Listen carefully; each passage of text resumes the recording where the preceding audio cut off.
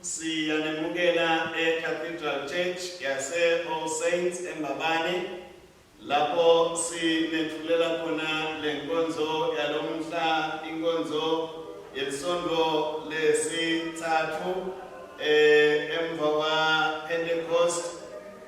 Siyambonga ke uNkulunkulu ukuthi usigcinile namhla ke lo sithubela lenkonzo nguye umfundisi walayikhaya umfundisi Dlamini Advent Dean bese sesiba nalosicophela lenkonzo siswethu Lilian. Siyambonga ke uNkulunkulu ukuthi konke lesingako nalesingiko siyakhona ukuphumelela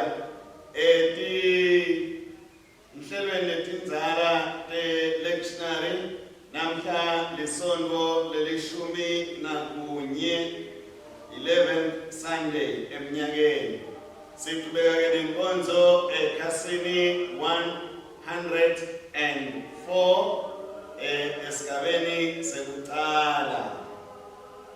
Inkosi ayibe nani, ayibe nawe futhi. Thumisani inkosi, yithumiseni nine ingceku tenkosi. Akabonge uNkulunkulu Yise neNdodana naMoya Oyingcwele, alibonge igama lakhe nyalo nanini. Akathunyiswe uNkulunkulu lasezulwini, kube nekuthula nethando kubantu. Nkosi uNkulunkulu, Nkosi yasezulwini, siyakubabata, siyakudumisa, sikhuleka kuwe, siyakudumisa ngeliphumo lwakho olukhulu, uNkulunkulu Somandla naBabe. Nkosi Ndodana lentelwe yodwa Jesu Kristu, Nkosi uNkulunkulu, Vana ya uNkulunkulu, lesusatono temhlaba sihawukele, wena losusatono temhlaba sihawukele, wena losusatono temhlaba yemgela kuthandaza kwethu, wena lohleti ngasekunene saNkulunkulu Yise sihawukele, ngobe nguwe wedwa longcwele, nguwe wedwa loyinkosi, nguwe wedwa Kristu kanye naMoya Oyingcwele lo sethu kwako konke ebukhosini baNkulunkulu Yise. Amen. Sithandaze uNkulunkulu Somandla, tinhliziyo tonke tivulekile kuwe, tifiso tonke tatiwa nguwe, uthi lutho lufihlela wena. Geza imicabango yetinhliziyo tethu ngekuphefumula kuto Moya wakho Oyingcwele, ukuthi sikuthanze ngalokuphelele, siliphumise ngalokufanele igama lakho elingcwele, ngaJesu Kristu inkosi yethu. Amen. Nkosi sihawukele, Kristu sihawukele, Nkosi sihawukele. Nangabe sithi sithe sono siyadiyeka neqiniso alikho kithi, nasivuma tono tethu uNkulunkulu wethembekile, utasithethelela tono tethu engce asihlambulule kuko konke kungalungi. Ngakho-ke asivume tono tethu, sitimisela ukugcina imithetho kaNkulunkulu, siphile ngethando nabo bonke abantu. Siguce noma sihlale. uNkulunkulu Somandla, Baba wethu osezulwini, siyatithoba, siyavuma ukuthi sonile kuwe, kulicala lethu, sonile ngekucabanga, nangekukhuluma, nangekwenda, nangekungakwendi lebekufanele sikwende.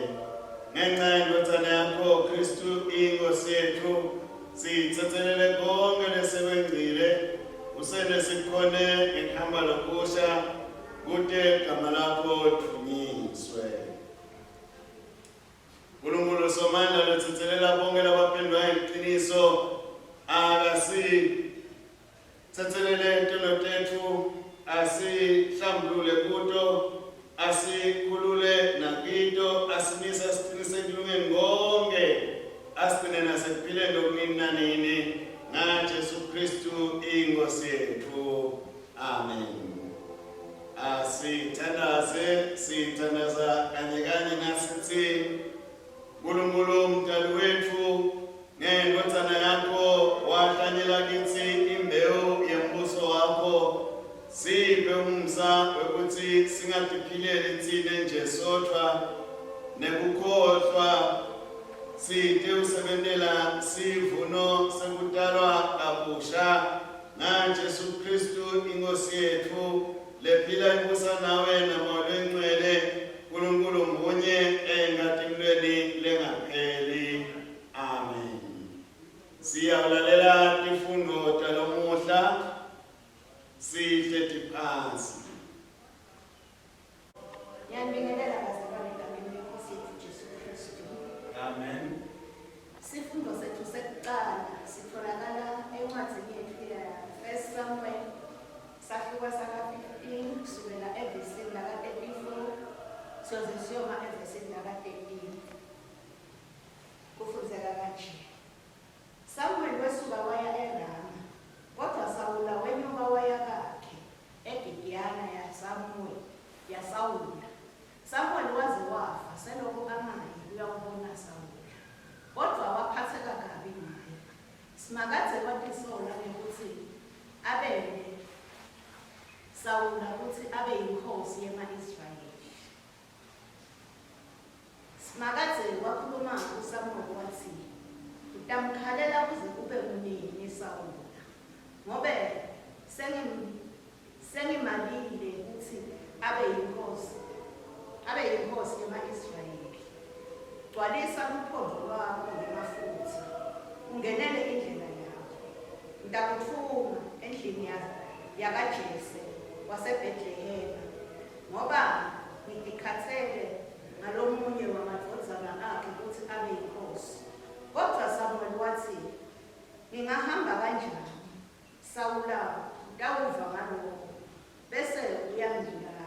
Simakadze wathi, thatha sitfokati uhambe naso ufike uthi ntekwenda umhlatshelo kusimakadze. Ubobese uyamema Jese kulo mhlatshelo, mine ngitawube sengiyakulayela ukuthi wende njani. Uyangigcobela loyo lengitakulayela yena. Samuel wenda lokho labetshelo ngusimakadze. Wathi nakefika eBhetlehema, baholi belidolobha bathuthumela, nabahlangana naye bambuta bathi, utengesihle yini? Samuel waphendula wathi, yebo ngitengesihle, ngidekwenda umhlatshelo kusimakadze. Ngingcweliseni bese ngida emhlatshelweni kanye nami. Ngakho wase ugcwelisa koJese kanye nemadvodzana akhe wabamemela emhlatshelweni. Bathi nabefika, Samuel wabona Eliyaba, wase ucabanga ukuthi impela logcotshiwe wasimakadze nguye losembi kwasimakadze.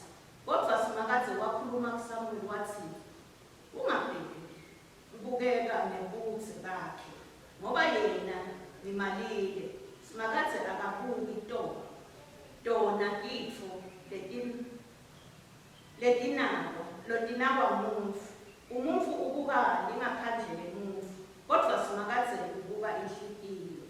Jese wase ubita Abinadi wamendlulisa embi kwaSamuel, kodwa Samuel wathi, simakadze nalona akamkhethi. Jese waletha Shama wamendlulisa, kodwa Samuel wathi, nalona simakadze akamkhethi. Jese wendlulisa emadvodzana akhe lasikhombisa embi kwaSawuli, kodwa Samuel wathi kuye, naloyo simakadze akamkhethi. Ngakho Samuel wabuta Jese wathi, ngulowa kuphela yini emadvodzana akho? Jese waphendula wathi, usaselele encane kunawo onke, kodwa yelusa imvu. Samuel wathi, thumela iyawubito, singeke silahle phasi sidle ihlatshelo ingekefiki. Ngakho Jesu wase uyathumela yalandla nayo yangeniswa kuye. Yayibovana inobuso lobuhle ithanzeka. Simakadze wathi sukuma umgcobe ngoba nguye yena loyo. Ngakho Samuel wathatha iphondo lakhe lemafutha wamgcoba ebaleni embikwabo umnakabo. Kusukela ngalelo langa moya wasimakadze wehlela etikwadavide ngemandla amakhulu. Samuel wesuka lapho waya eRama. Live lenkosi. Akabonge uNkulunkulu. Lihubo lalomuhla lihubo 20 lihubo lemashumi amabili lisekhasini 629 sitawulisho kanye lelihubo. Sengathi simakathe angakuphendula ngelusuku lwekuhlupheka. Sangathi igama laNkulunkulu waJakobe lingaba siphephelo sakho. Akakuthumele lusito lwasendlini lencwele, akusekele asentabeni yakhe iSiyoni. Akayikhumbule yonke iminikelo yakho, ayemukele neminikelo yakho yokushiswa. Akakuphe njengekufisa kwenhlitiyo yakho, afeze tonke tinhloso takho. Asimemete sijabulele kuncoba kwakho, asibethele sishaye tandla egameni laNkulunkulu wethu. Sengathi simakathe angaphumelelisa tonke ticelo takho. Nyalo sengiyathi ukuthi simakathe uyamsinzisa logcotshiwe wakhe, uyakumphendula asezulwini lakhe lelingcwele, amphendule ngemandla akhe ekusinzisa esandla sakhe sangasekudla. Labanye bantu baxhoshe ngetincola tembi, labanye baxhoshe ngemahashi, kodwa thine sigabe ngeligama lasimakathe loNkulunkulu wethu. Labantu baqimleka bawe phasi, kepha thine sima sithi zica. Yebo simakathe sinzisa inkosi uyiphe kunqoba. Sengathi simakathe angasiphendula nasikhala kuye. Athunyiswe isene ndothana namoya ingcwele, njengoba njalo ekuqaleni kusenjalo nanyalo, kuyoba njalo kutekubeni nini nanini. Amen. Mbingelele bazalwane egameni likaJesu. Amen. Isifundo sethu sesibili sitholakala encwadzini yesibili yabaseKorinte kusukela evesini lesihlanu.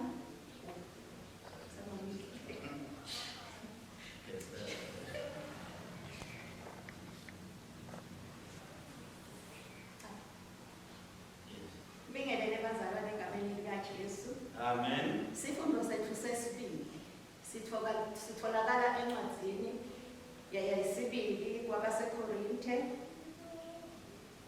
sahluko sesihlanu kusukela evesini lesithupha kuya evesini leshumi nesikhombisa. Kufundzeka kanje. Ngakho-ke ngaso sonke isikhathi sinelithemba ngoba siyazi ukuthi nasisekuwo lo mtimba sisekhashane nalelikhaya leliseNkosini. Siphila ngokukholwa, hhayi ngokubona. Nesibinzi sithi ungcono siyawushiya lo mtimba siyawuhlala neNkosi. Ngakho noma sikhona la noma singekho la, umgomo wethu uthi sihlale semukelekile kuyo. Ngoba sonke kufanele sime embi kwesihlalo saKristu, sehluleke ukuze kuthi nguloyo naloyo atekwemukela umvuzo wakhe ngalokwendile, lo muhle noma lo mubi, asekulo mtimba. Ngakho-ke njengoba sazi ukuthi kuyini kwesaba uNkulunkulu, setama kuzuza bonke bantu, uNkulunkulu usati njengoba sinjalo. Nami ngiyethemba ukuthi nani niyasicondzisa. Ngalokho-ke asetame ukuya sitinqome kini, sininike lithuba lekuthi nitigabatise ngathi, kuze kuthi nitekwati kubaphendvula nalabo labatigabatisa ngalokungabonakali emehlweni, esikhundleni sekutigabatisa ngalokusenhlitiyweni. Nangabe sibukeka sitinhlanya kungenxa yaNkulunkulu, nangabe sibukeka singahlanyi kungenxa yenu. Luthando lwaKristu liyasincuka, sesidzimate sifika kunasi siphetfo sekuthi munye lowafela bonke, ngako-ke bonke bafa. Wabafela bonke kuze kuthi bonke labo labafela bangabe basatiphilela, kodwa baphilele yena lowabafela waphindze wavuselwa bona.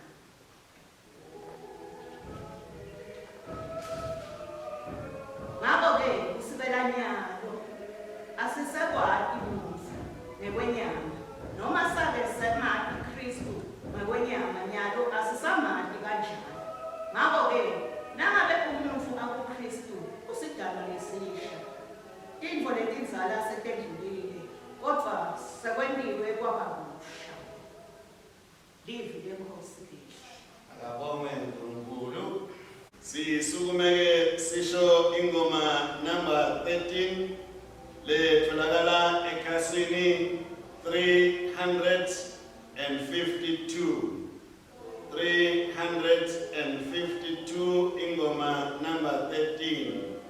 Siyisho kanye masithi Jesu Kristu wasihluphekela, wasishiyela sibonelo sekuthi silandzele tinyathelweni takhe, akatange one, akatange akhohlise ngemlomo wakhe, nalapho etfuka akatange aphindisele, lapho ahlupheka akatange asongele, kodwa wethembela kuye lo wehlulela ngenkulunga.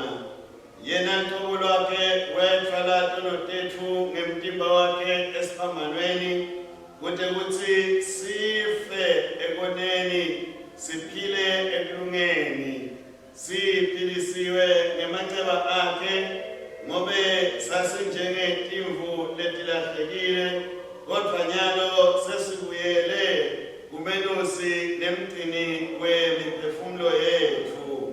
Athunyiswe uyisele luthana namalo ingcwele, njengoba kunjalo ekuqaleni kusenjalo nyalo, kuyoba njalo kude kube nini nanini. Amen. Inkosi ayibe nani, ayibe nawe futhi. Asalele tindzaba letinhle kulandzisa makho longcwele. Sahluko singesesine siqala evesini le-26. Akadunyiswe Kristu umsindisi wethu. Jesu Kristu waqhubeka wathi umbuso waNkulunkulu ufanana nanabo. Umuntu usakata inhlanyelo ensimini yakhe ebusuku, uyalala emini avuke, nenhlanyelo iyamila ikhule, kodwa yena abe angazi ukuthi ikhula njani.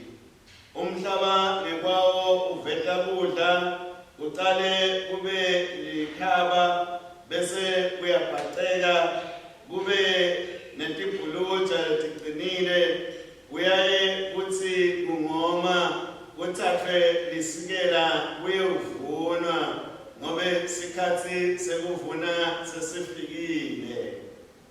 Jesu wabuta wathi, kodwa umbuso waNkulunkulu singawufananisa nani nje? Singawubekisa nani kodwa? Unjengenhlanyelo yendulamthi lencane kakhulu, kepha umuntu nakayihlanyela emhlabathini, ithi ingamila, ikhule ibe isihlahla esikhulu, lesiveta emagala lamakhulu, lanemfundi, ngisho letinyoni tesiganga tifike zifike takhe tidleke tato kuso. Jesu abekhuluma kubantu ngemifanekiso leminyenti lenjalo abeshumayela livi ngalokubalingene kutsi bakuve. Abengakhulumi lutho angasebenzisi imifanekiso, kanti nase babodwa nebafundzi bakhe bona abebachazela konke. Nali-ke livangeli laKristu. Akabongwe Kristu inkosi yethu. Siyawuvuma ukukholwa kwethu sisebenzisa emavi lavunywa baqambi benkolo noma-ke bafundisi benkolo ekhasini 59 sivumo semkholo sembhabhatiso.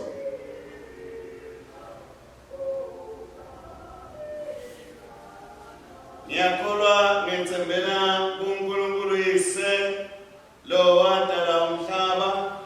Ngiyakholwa ngithembela kuyo indodana yakhe Jesu Kristu leyahlenga abantu. Ngiyakholwa ngithembela kuye moya wakhe longcwele lonike impilo kubantu baNkulunkulu. Ngiyakholwa ngithembela kuNkulunkulu munye uYise neNdodana naMoya Oyingcwele. Amen. Libandla lihlale phasi sithole inshumayelo. uYise neNdodana naMoya Oyingcwele. Amen. Sihlale phasi. Livi-ke lanamhla bathandekako, livi leli vela encwadzini yekuqala yaSamuyela sahluko 15 ivesi laka 34 kuya evesini laka 13 sahluko 16. Yakhelwa futhi kubeni lemashumi lamabili. Yakhelwa kanjalo nasesifundweni sesibili lesibuya kwaseKorinte besibili sahluko sesihlanu livesi laka 6 kuya 17, bese kuba sevangelini lalomhla kusukela ku-26 kuya 34 ku sahluko 4. Sithi-ke namhla-ke bathandekako side sizathu sekuthi singahlala phasi ngoba lo Nkulunkulu lesimkhonako uhlala aNkulunkulu loselihambeni, uNkulunkulu longemi ndzawonye. Sisaqhubeka-ke nelihambo lwethu lwetinkonzo. Sibuka lesikhathi lesi sikhathi sekukhula. Njengaloku siqalile kuleli viki leliphelile sakhuluma ukuthi sesengcile emikhosini leminyenti lemkhulu lesikhumbutako ngekuthi Jesu usisinzisa kanjani kulo msebenzi wakhe lomangalisako. Siyaqhubeka-ke bathandekako, siyabonga ukuthi Jesu sewenyukile, kepha kwenyuka kwakhe kwene wasehlisela Moya Oyingcwele kuthi ahlale kithi. Kumnanzi-ke bathandekako kuba naMoya Oyingcwele ngobe nasesinaye tonke tinto tethu tiyenteka. Siqhubeka-ke nekwati ukuthi ngaphandle kwakhe Moya Oyingcwele kude umsebenzi waNkulunkulu longenteka. Ngakho sithi ngaMoya Oyingcwele kube siqhubeke nemsebenzi wakhe.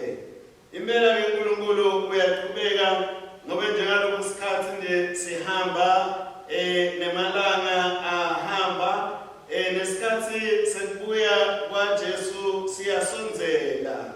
Ngakho-ke uNkulunkulu utawuda atolanza ibandla lakhe, ufisa ukuthi alithole limlungele. Ngabe utalithola limlungele yini? ligcwalisiwe liphindze lingilelo lelihlabanako lingilelo lelikhonile lokuthi umhlaba liwuguqule.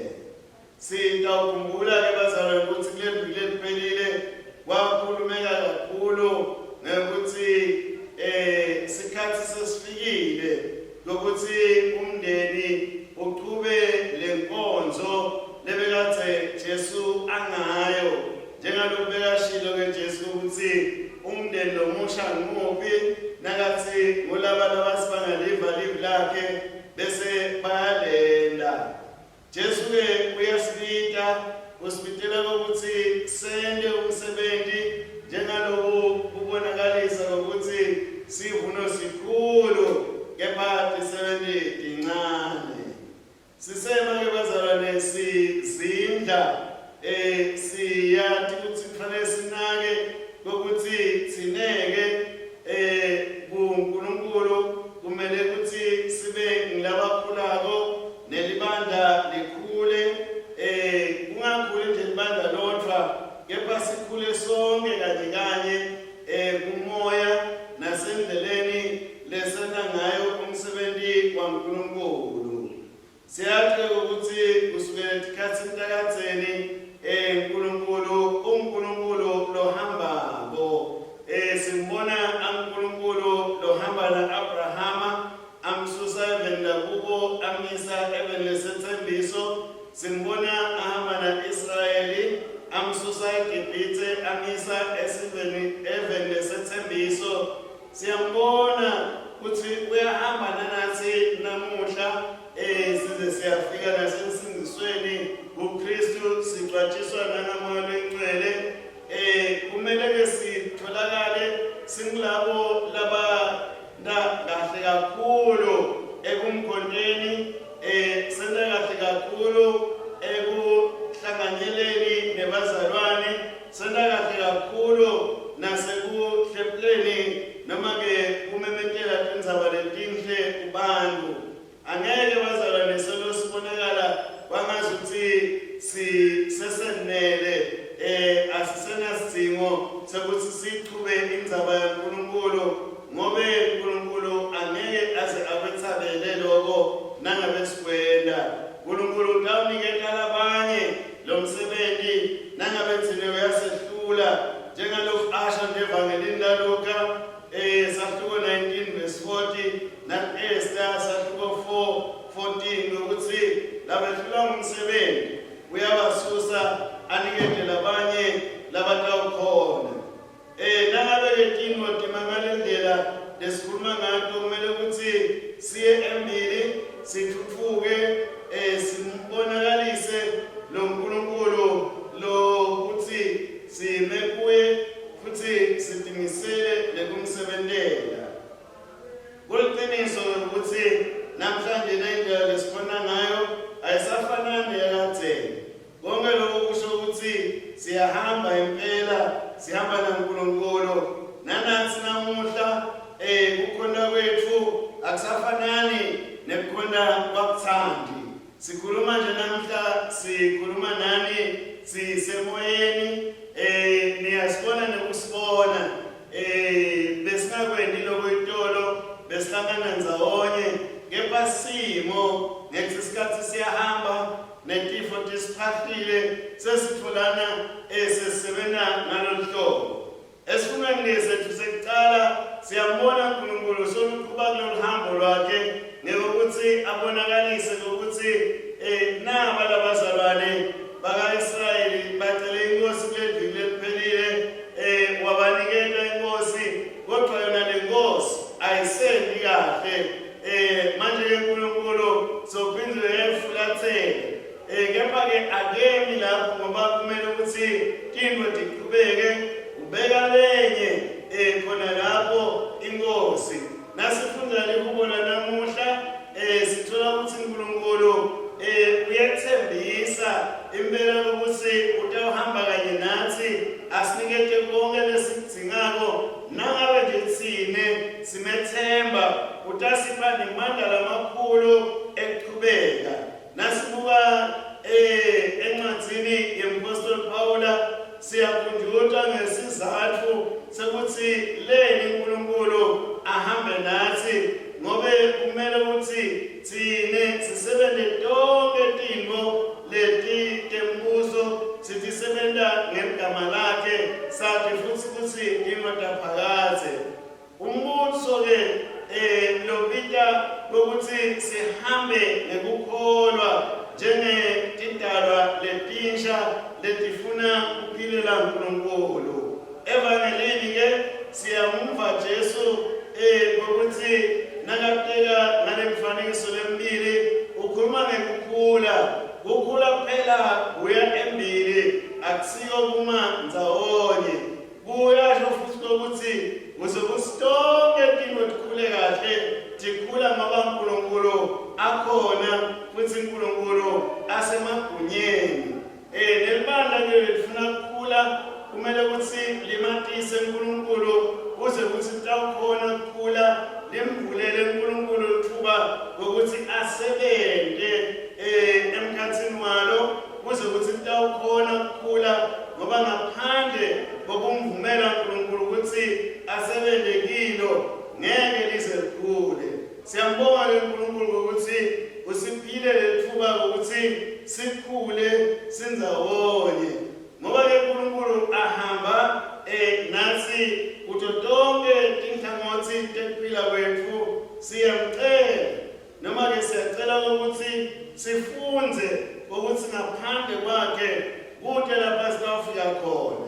Sesiyamcela-ke uNkulunkulu ukuthi asiholele etindzaweni letiphakeme, ekumkondeni, ekumcondzeni, ekuhlanganyeleni, nasekumkondeni ukuthi sanzise lwati lwethu ngekufundza, nalapho sihlangana nalabanye bazalwane sikhone ukuthi live laNkosi sikwati kulicwaninga ngendlela yakhe uNkulunkulu, hhayi ngeyethu, kuze ukuthi sitoliva live lakhe likhulumisana nathi.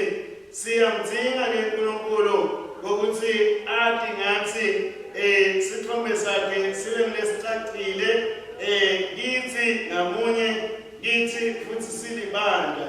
Siyadzinga kubona, siyadzinga kuconza, siyadzinga ukuthi siphile nasi sithombe lesi sebuNkulunkulu etimpilweni tethu, kuze kuthi nebantfu bathatheke babone ukuthi vele uNkulunkulu solo akemi uhambisana nathi.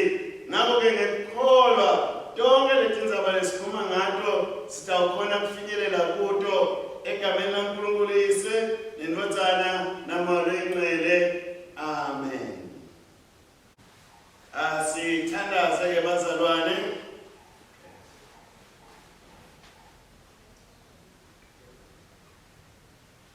Simakathe siyakubonga ukuthi uhlanyelele ivu lakho lelingcwele kithi, nika libandla lakho ukukhula lokungiko kude litawukhona kumelana nato tonke tivunguvungu letinhle naletitindile kuKristu, litsela titselo telutsandvo, libonga njalo libito lakho. Nkosi ngemsa wakho yiva kuthandaza kwethu. Nkosi uNkulunkulu, moya wakho longcwele uhlanyela livu lakho, ulibange kutsi likhule ngekwenzango yakho, busisa kushunyayela nekufundisa kwelivu lakho, kude umbuso wakho wanze, usiphe tinhlitiyo letibongako, letimangaliswa imisebenti yakho. Tfumela tisebenti letitsembekile ensimini yakho, kude kutsi ngesikhatsi lesifanele sekuvuna kutfolakale imiphefumulo leminingi leletsa luthumo lonke lube kuwe. Nkosi ngemsa wakho yive imthandazo yethu. Nkosi simakathe longinguye loko lese ukukhulumile utawukwenda, siyacela egameni laKristu nangetitsembiso letiningi kutsi usibuse usisindise uphinde usivikele emakhaya ethu. Wende imitamo yebantwana bethu yokufundisa abantwana babo nekubagcina elukholweni lweNkosi Jesu lube nempumelelo. Nkosi, ngemusa wakho yiva imithandazo yethu. Simakathe longamela bonke ngemusa wakho tsinza labo lababekwe etikhundeni letekusihola, bahole ngomoya wakho longcwele kude babe nenhloso lengiyo kuhlakanipha lokungiko, bagcine ekuthatheni tinqumo letingito, bangantengantengi ekwenteni umsebenzi wabo kude kuthi siholwa ngabo siphile ngekuthula nangekuvana. Nkosi, ngemusa wakho yiva kuthandaza kwethu. Babe, sinesibinzi sekucela letinto ngobe usiphe moya wakho longcwele ukuthi abe sibambiso. Sive nesithandaza egameni laJesu Kristu. Sicelela bonke labasekudzingeni ngekwehlukana kwabo. Nkosi, ngemusa wakho yiva kuthandaza kwethu. Babe somandla, siyakubula ngaphasi kwemithwalo leminingi kuleli thokotho leli lesilembethe, silangatelela kuphila kwaphakathe lokutawumita buhlungu bekuphila sikhashana. Siyipha tinceku takho sibinzi sekuhamba ngekukholwa hayi ngekubona, kulilela labasishiyile ngelithemba lekuvukela ekuphileni lokuphakathe, nekuthi kube yinjongo yethu ukuthokozisa siselapha emhlabeni sithe sigcine sisekhaya kanye naKristu. Nkosi, ngemusa wakho yiva imithandazo yethu. Babe longcwele, kaIsrayeli uthethe lihlumela, Mesiya wakho lomkhethile wamhlanyela entsabeni kude abe insindiso yethu. Ngekufa kwakhe esihlahleni wabuyisela emuva siqalekiso sesono, waqala wabuyisa ukuphila emphefumulweni legcwele luthuli. Ungasivumeli simnyembenye Kristu, nome sinyembenye kutitfoba nome kuhlupheka kwakhe, kepha silethe nawo onke maKristu emthundini wephumula kwakhe waphakathe. Naye yena lo Jesu Kristu indodana yakho, iNkosi yethu lophila kusakanye nawe namalo engcwele uNkulunkulu munye manje naphakathe. Amen. Sinelele kwethu bazalwane, sendlulile ekufeni sangena ekuphileni ngoba sithanda abazalwane. Lo ngamthanzi umzalwane wakhe ubopheleleke ekufeni, kuthula kweNkosi abelani ngetikhathi tonke akwanze.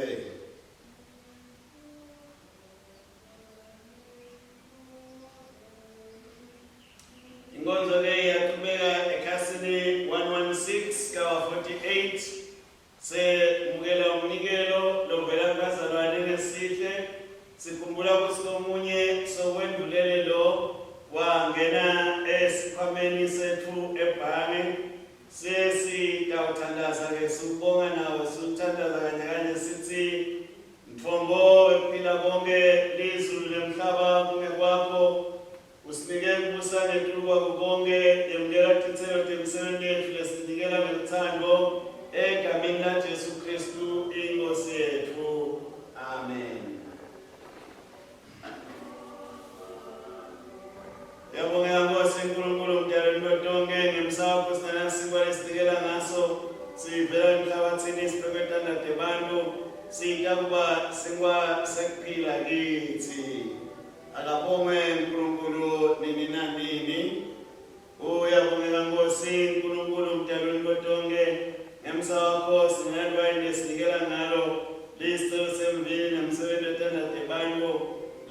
ukuba yinzebe yensindiso kithi. Akabongwe uNkulunkulu nini nanini. Sisebenzisa umthandazo wesine wekubonga ekhasini 1, 2, 4. Nkosi ayibe nani, ayibe nawe futhi. Yenyusane inhliziyo zenu, siyatenyusela eNkosini. Asiyibonge iNkosi uNkulunkulu wethu, kufanele kulungile ukubonga nekumdumisa. Sikunikeza umthumo nekubonga uNkulunkulu somandla ngenkosana yakho ethandekako Jesu Kristu umsindisi nemhlengi wethu, umlevi wakho lophilako, lo wadala ngaye konke.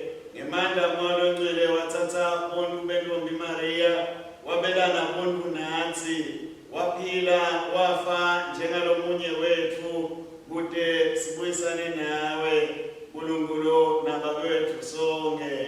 Ngekugcwalisa ingcando yakho welula tangatakhe ekuhluphekeni, kude alethe ukukhululeka kulabo labathembela kuwe. Ngekwenza njalo wakuzuzela abantu labangcwele, wakhetha kwethwala inhlupheko nebuhlungu bethu, nekunikela impilo yakhe esiphambanweni, kude kuthi aphumule maketane alomubi, axoshe ubumnyama besono nekufa. Ngekuvuka kwakhe usiletha ekukhanyeni kwebukhona bakho. Nyalo-ke nendalo yonke siphakamisa amazwi ethu kumemethela luthumo lwegama lakho sithi, ungcwele, ungcwele, ungcwele Nkosi, uNkulunkulu wemandla nebukhosi, lizulu nemhlaba kugcwele ithumo lwakho. Hosana kweliphezulu, ubusisiwe lotako egameni leNkosi. Hosana kweliphezulu, libandla lingazitha. uNkulunkulu longcwele lonemusa, yemukela ukuthumisa kwethu ngaye iNdodana yakho Jesu Kristu, lowathi ngebusuku lanikelwa ngabo ekuhluphekeni nasekufeni, wathatha sinkwa, wakubonga wathi, thathani nidle, lobu umtimba wami lohleshulelwa nine.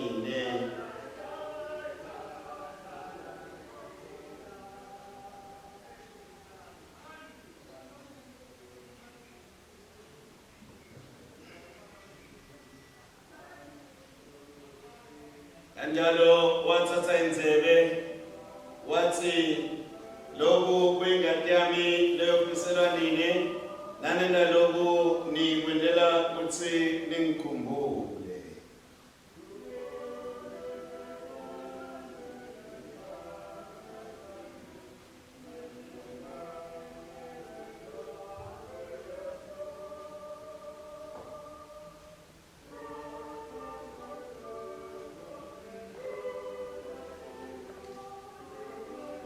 Nawe simemengela ukukholwa kwethu sithi, Kristu wafa, Kristu uvukile, Kristu utawubuya futhi. Nawe sisakhumbula kufa nekuvuka kwakhe, sinikela kuwe nasi sinkwa nana inzebe, sibonga kube usende salungela kumandi kwakho sikhonde. Sicela ukuthi uphumele Moya wakho longcwele emnikelweni kwebandla lakho, hlanganisa bonke abahlanganyela nemfihlakalo, ubagcwalise ngaMoya wakho longcwele, uqinise lukholo lwabo, kuthi sikuthumise siyindzawonye, sikunike luthumo ngeNdodana yakho Jesu Kristu.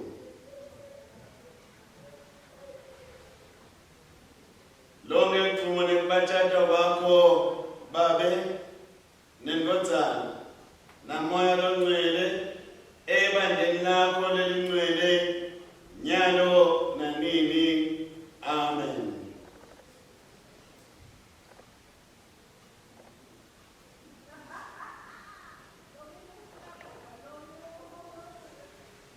njengoba Kristu wasifundisa sinesibindi sekuthi Baba wethu osezulwini alingcweliswe igama lakho umbuso wakho awude inthando yakho yenziwe emhlabeni njengasezulwini siphe namhla ukudla kwethu kwamalanga onke sithethele intono tethu njengoba nathi siphathithele abasonako ungasingenise ekulingweni usindise kulokubi ngoba umbuso ngewakho nemanye nebukhosi kude kube nini nanini. Amen. Singwali sisitep nako yasiyo imihlanganyelo yomtimba kaKristu sine lesibanyeni singumtimba munye ngoba sonke sihlanganyela singwasinye. Bana ya Nkulunkulu lesusate notemhlaba sihawukele. Bana ya Nkulunkulu lesusate notemhlaba sihawukele. Bana ya Nkulunkulu lesusate notemhlaba sihekuthula. Ngosile nesawu asonzele itafula lakho sithemba kulunga kwethu kepha sithemba sawo sakho lesikhulu asifanele kwethu nekutha imthuluka ngaphansi kwetafula lakho kodwa wena inkosi lekuma kwayo kukhawukela njalo nawe sife inkosi nesawu kube sidle ngalokufanele enyameni ndotsana yakho ethandekako Jesu Kristu sinathe ingadi yakhe kude thina sihlale kuye naye kithi kude kube nini nanini. Amen.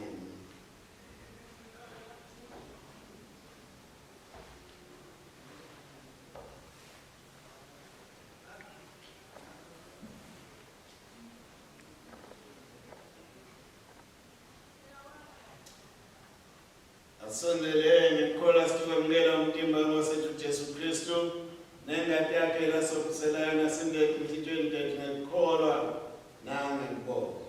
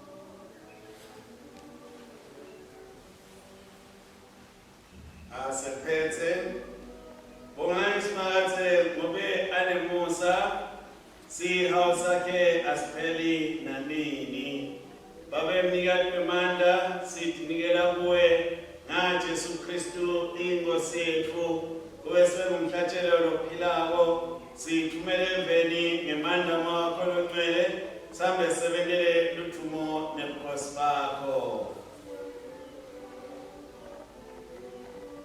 Uthula kaNkulunkulu wenza kuconza bonke akutigcine tinhlithiyo tethu nemicabango yethu simanti uNkulunkulu simthandze nendvodzana yakhe Jesu Kristu inkosi yethu nesibusiso saNkulunkulu somandla uyise nendvodzana namoya longcwele asibekithi njalo kude kube nini nanini. Amen.